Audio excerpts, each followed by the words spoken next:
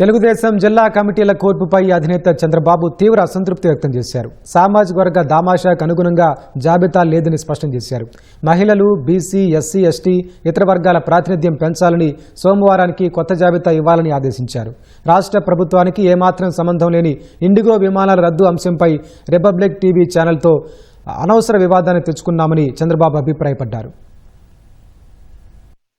ఎన్టీఆర్ భవన్ లో తెలుగుదేశం అధినేత చంద్రబాబు త్రిసభ్య కమిటీల సభ్యులతో సమావేశమై జిల్లా కమిటీల ఏర్పాటుపై విస్తృతంగా చర్చించారు. తెలుగుదేశం అంటేనే సోషల్ ఇంజనీరింగ్ కు అధిక ప్రాధాన్యమిస్తుందన్న సీఎం త్రిసభ్య కమిటీలిచ్చిన జాబితాలు సామాజిక వర్గ దామాషాకు అనుగుణంగా లేదని అసంతృప్తి వెలిబుచ్చారు. జనాభా అధికంగా ఉన్న 40 ప్రధాన సామాజిక వర్గాల్ని పరిగణలోకి తీసుకోవాలని సూచించారు. ప్రస్తుత జాబితాల ప్రకారం ఓసీలు 34%, బీసీలు 41%, ఎస్సీలు 7%, ఎస్టీలు 3%, మిగిలిన భాగంలో ఇతర సామాజిక వర్గాలు ఉండగా దీన్ని సరిచెయ్యాలని, ఎస్సీ వర్గాలకు అవకాశం పెంచాలని చంద్రబాబు స్పష్టం చేశారు. ముస్లింలకు మరింత ప్రాతినిధ్యం కల్పించాలన్నారు. మహిళలకు 33% ఇవ్వాలని, వారి ప్రాతినిధ్యం పెంచాలని సూచించారు. జిల్లా కమిటీల్లో ఇప్పటివరకు చైర్మన్, ప్రధాన కార్యదర్శి సహా 34 మంది ఉండేవారని, సామాజిక వర్గ సమీకరణాల్లో భాగంగా 40 మందిని నియమిస్తామని చంద్రబాబు వెల్లడించారు. జాబితాల తయారీలో శ్రద్ధ పెట్టలేదని సీఎం తీవ్ర అసంతృప్తి వ్యక్తం చేశారు. సమావేశానికి 11 మంది సభ్యులు హాజరు కాలేదన్న ఆయన వారి పేర్లు చదివి వినిపించారు.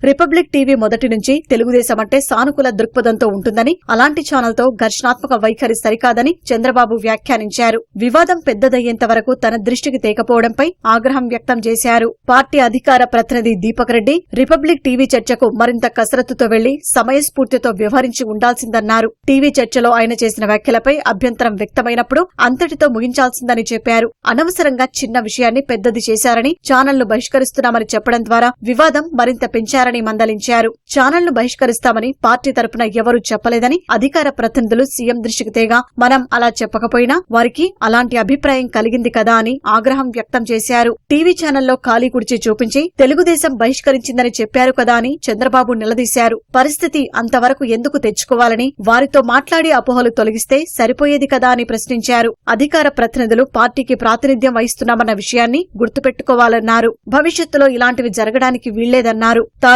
ప్రతి అడుగు ఆచితూచి వేస్తుంటే కొందరు ఇష్టానుసారం మాట్లాడేస్తే పార్టీకి నష్టం జరుగుతుందన్నారు. ప్రతిపక్షంలో ఉన్నప్పుడు మాట్లాడకుండా ఉండటం ఎంత తప్పో, అధికారంలో ఉన్నప్పుడు అనవసరంగా మాట్లాడటమో అంతే తప్పని చెప్పారు. టీవీ చర్చలకు, విలేకరుల సమావేశాలకు బాగా సిద్ధమై వెళ్లాలని, తప్పులకు ఆస్కారం ఇవ్వొద్దని ఆయన దిశానిర్దేశం చేశారు. పార్టీ లైన్, ప్రభుత్వ విధానాలపై అధికార ప్రతినిధులకు స్పష్టంగా మార్గదర్శనం చేయడంలో వైఫల్యం కనిపిస్తోందన్న చంద్రబాబు వారిని ఎవరు గైడ్ చేస్తున్నారు, పార్టీ ప్రభుత్వం నుంచి వారికి కంటెంట్ ఎవరు ఇస్తున్నారని ప్రశ్నించారు. ఇందుకోసం 2 మంత్రుల్ని, పార్టీ నుంచి 2 సీనియర్లను నియమిస్తారని సీఎం చెప్పారు. Party knowledge centre, back office సమర్థంగా పనిచేయడం లేదని అసంతృప్తి వ్యక్తం చేసిన చంద్రబాబు అధికార ప్రతినిధులకు పార్టీ కార్యాలయం నుంచి కంటెంట్ అందించడంలో వైఫల్యం స్పష్టంగా కనిపిస్తోందని, సంబంధిత విభాగం బాధ్యులకు ఆయన అక్షింతలు వేశారు. ప్రధాని మోదీ ఒక మాట చెబితే దాన్ని భాజపా శ్రేణులు క్షేత్రస్థాయి వరకు సమర్థంగా తీసుకెళ్తాయని, ఆ విషయంలో తెలుగుదేశంలో చాలా లోపాలు కనిపిస్తున్నాయని అసహనం వ్యక్తం చేశారు.